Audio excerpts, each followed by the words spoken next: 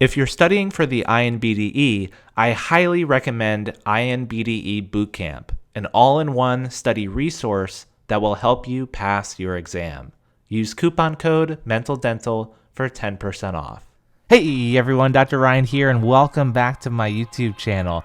In today's video, I want to address a comment that I received on one of my recent YouTube videos. And it reads, "Hey Dr. Ryan, I have a question that I think a lot of INBDE students are confused about and would make a really helpful video." I agree. In the INBDE community, people always talk about files or RQs, which stands for Remembered Questions, and study documents with people's names and personal names attached to them. What exactly are these files? Are they actually useful or overhyped? How should students use them correctly without getting overwhelmed or relying on them too much? I think a video explaining the truth behind these resources and the best way to approach them would help reduce a lot of anxiety for students studying for the exam. Thank you. Well, I am all about reducing anxiety, so Sergio, thank you so much for your thoughtful comment.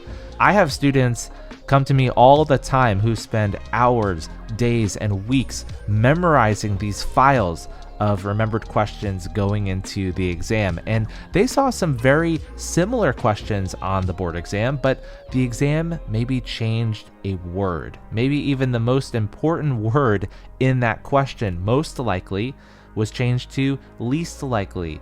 Or instead of ranking from low to high, you're asked to rank from high to low. Or the answer choices completely are different from what you saw in that document. So if you want to try and remember certain questions, make sure more than that, you understand the concept behind the question. Because if you don't, you will so easily get tricked by the board exam when a word is changed or an answer choice is changed, and you're very likely setting yourself up to fail. So my personal opinion is that these files can be helpful, but they are definitely overhyped. Some people will swear by them, spend their entire time studying by those files exclusively, but there are even more issues there because many of the questions are remembered inaccurately, or answer choices are missing or incorrect, or the explanations are missing, confusing, or at best unreliable. And the documents are also extremely long, which makes people feel overwhelmed, especially when you look at an entire folder of 10 or 20 documents with hundreds of pages to them.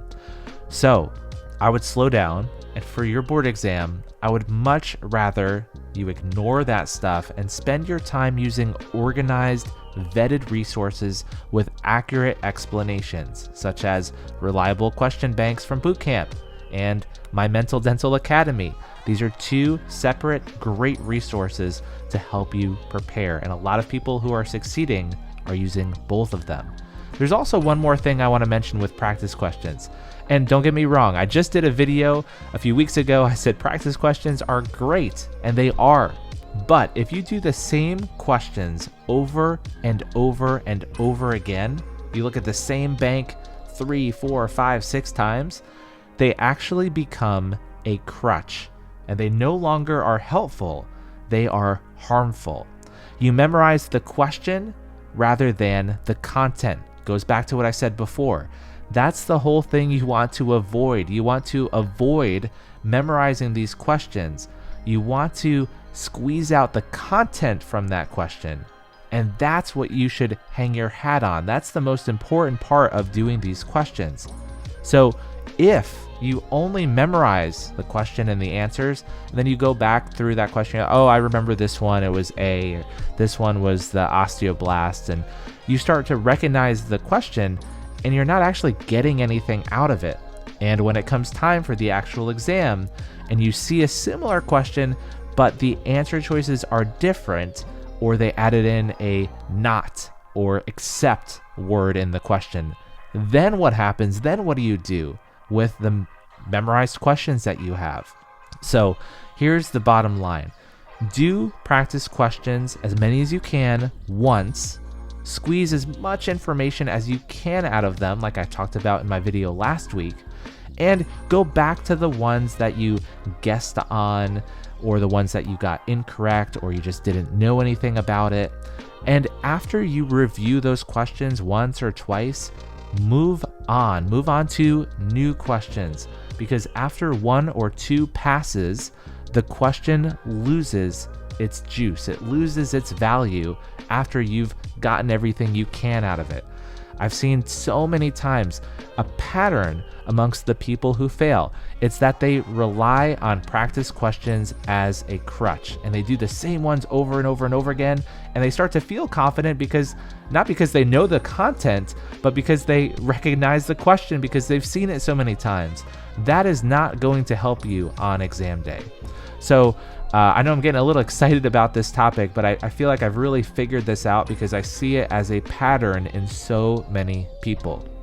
So instead of relying on these remembered question documents, which are a little bit flaky, or instead of relying on just one question bank and the same questions over and over again, I would so much rather you try a platform like my Mental Dental Academy, where I'm constantly refreshing the videos and the questions. We're doing these live classes every other week, so it's new information, not because it's brand new information being added to the exam, but they're new questions. They're things that you maybe haven't seen before or asked in a different way. And it will keep you accountable and make sure you know how to tackle questions no matter how they're worded. You won't get thrown off. So I encourage you to check the link in the description below this video and try it out. Just try it out for a month and see what you think. People are loving the live classes. I'm loving teaching them. It's fun to be in a smaller classroom setting where I get to interact with you guys live, and you can ask questions and I can provide my best answers that I have.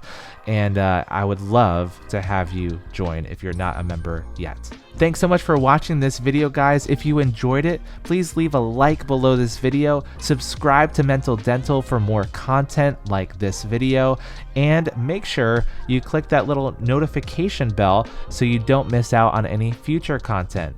Also, please leave a comment below like Sergio did, because that helps me get an idea of what you guys want to hear from me, and maybe your comment will be the next video I make. You never know. Guys, thanks again for watching. God bless all of you, and I'll see you in the next video.